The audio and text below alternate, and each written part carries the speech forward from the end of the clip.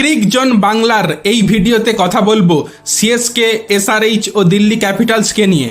প্রথম আপডেট, রবিবার দিল্লি ক্যাপিটালসের বিরুদ্ধে ম্যাচে একটি রেকর্ড গড়লেন মহেন্দ্র সিং ধোনি, যা টি-20 ক্রিকেটে আর কারো নেই। প্রথম উইকেট কিপার হিসেবে 300তম শিকার করলেন মহেন্দ্র সিং ধোনি।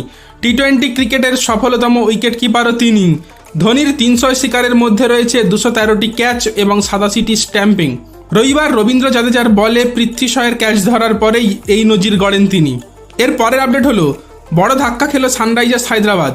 তাদের তারকা allrounder Wanindu Hasaranga Indian Premier লিগের পুরো মরশুম থেকেই ছিটকে গেলেন হাসারাঙ্গা। গোড়ালির চোটে ভুগছিলেন হাসারাঙ্গা। এই চোটের কারণেই ছিটকে গেলেন শ্রীলঙ্কার তারকা অলরাউন্ডার। রবিবার এই বিষয়টি নিশ্চিত করেছেন শ্রীলঙ্কা ক্রিকেটের সিইও অ্যাশলে ডিসিলভা। এর পরের আপডেট হলো, এই সিজনের প্রথম জয় পেয়েছে ঋষভ পান্থের দিল্লি ক্যাপিটালস।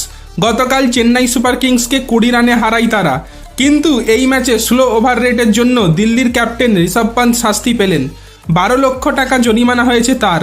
আপনাদের জানিয়ে রাখি যে শুধু পান্থ একা নন, এর আগে স্লো ওভার রেটের জন্য 12 লক্ষ টাকা জরিমানা হয়েছে গুজরাটের ক্যাপ্টেন শুভমান গিলেরও।